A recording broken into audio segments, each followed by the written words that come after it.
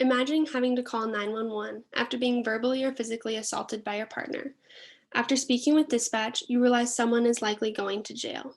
As you see the lights of the squad cars pull up, you begin to question whether reporting was necessary. You doubt yourself and potentially begin to rationalize why your partner would harm you. This experience is all too common in the United States, with 1 in 4 women experiencing some form of domestic violence. Now imagine a scenario in which officers arrive on scene. They conduct a thorough investigation and reassure you that your victimization is not warranted.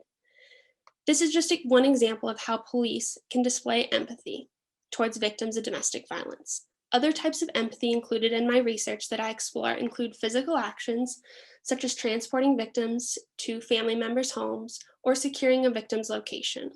Using secondary data analysis of 200 domestic violence cases included in the pretest evaluation report on an undisclosed police department's response to domestic violence, sexual assault, and stalking led by Dr. Lisa Bostaff, I set out to understand what influences an officer's likelihood in displaying empathy towards victims of domestic violence.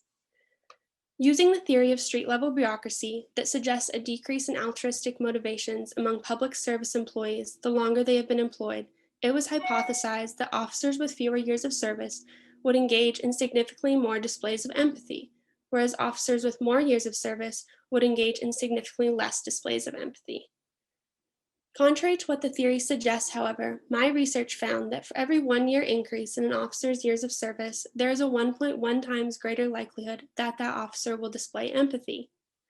This positive relationship between an officer's years of service and their likelihood in displaying empathy is important to consider when trying to improve police relations with victims of domestic violence.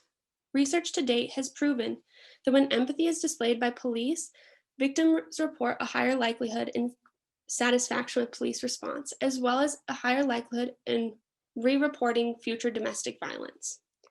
Additionally, when police display empathy towards victims of crime, it is more likely that victims will continue on in case processing. As a result of my findings and former research, it is recommended that policing academies incorporate more training on victimization and trauma informed approaches to victims of crime, specifically domestic violence victims. By training new officers on victimization and empathy, it is likely that new officers and officers in general will begin to utilize empathy in their response to victims of crime.